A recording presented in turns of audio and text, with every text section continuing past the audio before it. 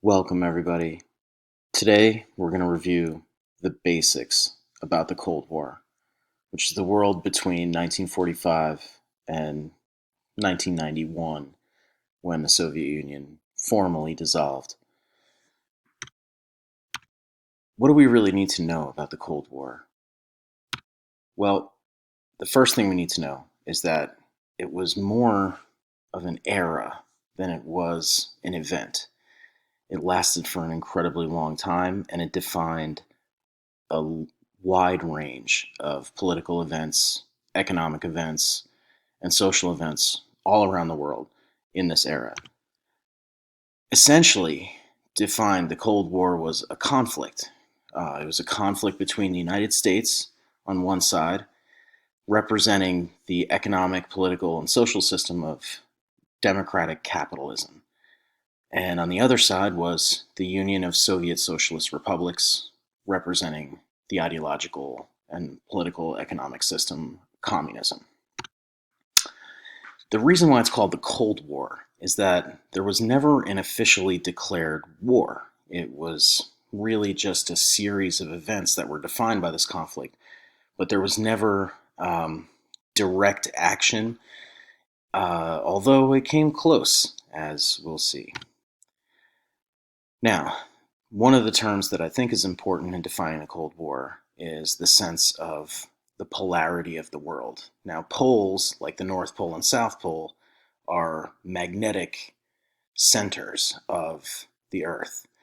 And this concept is used in politics to define when a country has that kind of polarity, has that kind of magnetic pull where other countries are either want to be or have to be drawn to a particular nation.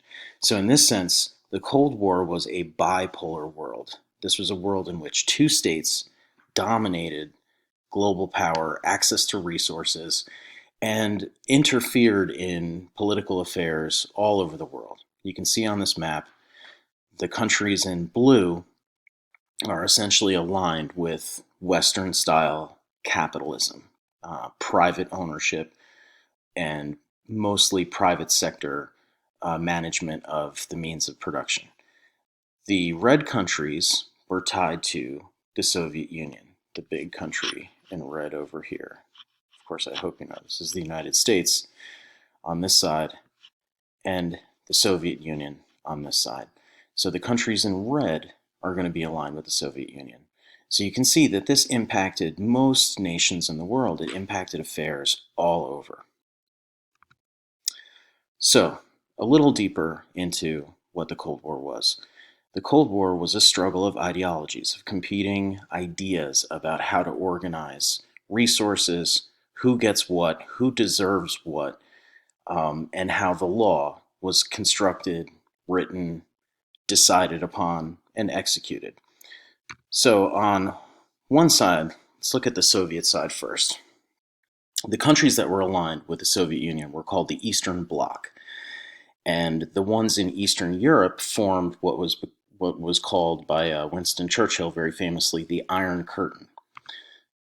Their goals, essentially the Soviet Union's goals, working through these Eastern European countries that it controlled, was to protect, and maybe there was disagreement about this, but maybe to spread the idea of communism.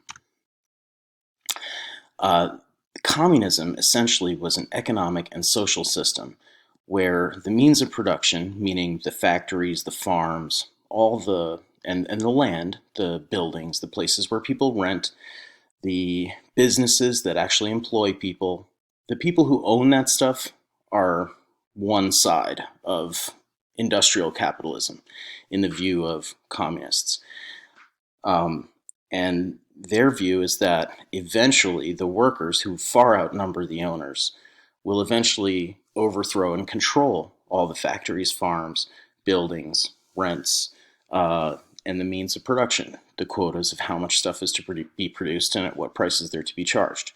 So the state, representing the people, would take over much of the production. And there were all kinds of complicated views about how this was supposed to work. It worked one way in China, it worked one way in Cuba, there were a lot of differences in how this was applied. And in some ways, communism exists in all of our lives at times. You know, if you live in a family style setting, you have a kind of communal relationship. There's no marketplace where you bid on who's going to do chores and who's going to get a higher allowance, and you don't compete against each other. Really, you cooperate over resources. So communism has some kind of fundamental human appeal, and there's a reason why people look to it. But the way that it's applied on a large scale in a state has looked like it looked in the Soviet Union, and it looks, in China in some ways. Anyway, part of the goal was to transfer the control over power and assets and capital from this wealthy class to the state.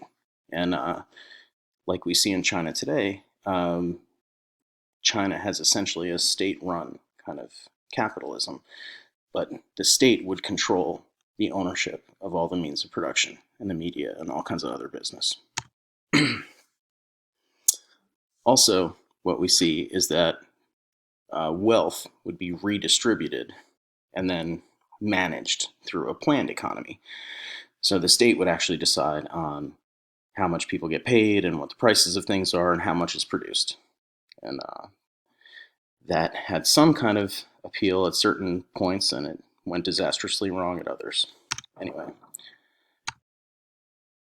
the other side, the United States and the Western democracies, had the goal of containing communism. They did not want this to spread so that their markets and foreign resources would come under the control of communist parties instead of being able to be controlled by foreign businesses as they were in much of the kind of colonial world, and through various kinds of cooperation with dictatorships through much of the 20th century. So the goal was to maintain capitalism. And capitalism is an economic system which relies on private business to control most of the means of production, although there's never really been a capitalist system that hasn't had some kind of state regulation and state intervention. Okay. So in a capitalist system, competition will determine who gets what, wealth and innovation. And you can see that represented here in these little diagrams. In theory, the workers put in labor, and it's basically the wealth is extracted by an owner. So in theory, capitalism, all industry, business, and agriculture should be owned by private people or firms. Competition between rivals will cause prices to fall and make firms more efficient and lead to innovation, in theory. And in theory, in communism, everything belongs to the state and should be run by the government on behalf of the people, and you'll get a classless society. And you can see some of the different advantages and disadvantages on both sides, in theory. You have some freedom under a capitalist system that you wouldn't have in a communist system. You have some different kinds of freedom, potentially, if you have a controlled economy, when you have maybe some kind of equality. In theory, you'd have more fairness. And of course, there have been mixed results on both sides. But at the end of the Cold War, a lot of the communist systems kind of gave way to the Western-style capitalist values and ways of government and ways of economics. Okay, the last thing I wanted to talk about, and then we'll be done, is some of the different methods that were used during the Cold War. So one of the really famous and terrible parts of the Cold War was the espionage. So the use of spy agencies. On the Russian side was the KGB, and on the American side was the CIA. And they would commit various acts of interference and sabotage, which means purposeful destruction of something important, in particular of elections. So trying to control elections in foreign countries and prop up certain candidates in order to either promote communism or promote ties to Western capitalism. So there's a lot of interference in various countries, and many rigged elections and political assassinations resulted, unfortunately. Many dictatorships resulted, which resulted in deaths of the hundreds of thousands. throughout this Cold War period. In addition, there was also an arms race, which means that two countries competed to stockpile bigger and bigger arsenals of weapons, in this case, nuclear weapons. And we'll talk about that in a different lesson, what exactly that means. But just know they're really, really powerful bombs that blow up entire cities with one shot. Okay, and then the last method was the ideological competition. So there was this competition to control non-engaged countries by trying to basically market that communism was better or capitalism was better. So there was a lot of attempt to gain prestige. And some examples of this were the race to get into space. America went to the moon, but Russia got to space first. They got a man in space first. They got a satellite in space first. And there was also a lot of kind of ideological competition represented through global events like the Olympics.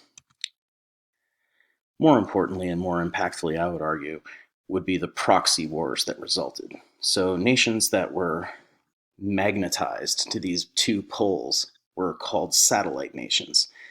And there were a number of wars that were sometimes civil wars, sometimes invasions of other countries, that were essentially problems that resulted from the struggle between communism and capitalism. Okay. The last point is that Europe essentially gets divided into NATO on one side, tied to the United States in the West, and the countries tied to the USSR are called the Warsaw Pact.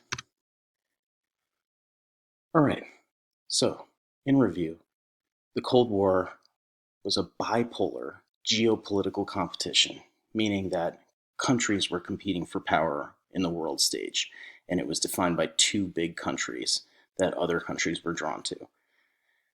So this was between the United States, promoting a capitalist system defined by free elections and somewhat free markets, and on the other side, the Union of Soviet Socialist Republics, promoting a system of communism where the state controlled production and land and ownership in society. The methods of conflict included a huge nuclear arms race, a race to space, to get people in space, to get technology in space, and various methods of espionage, spy work, saboteur work, assassinations, election rigging, things like that. And several proxy wars resulted in various countries around the world because of this Cold War. Okay, so that's some of the basics of the Cold War, and we'll talk about some more of the other aspects of the Cold War next time in more detail. Thank you.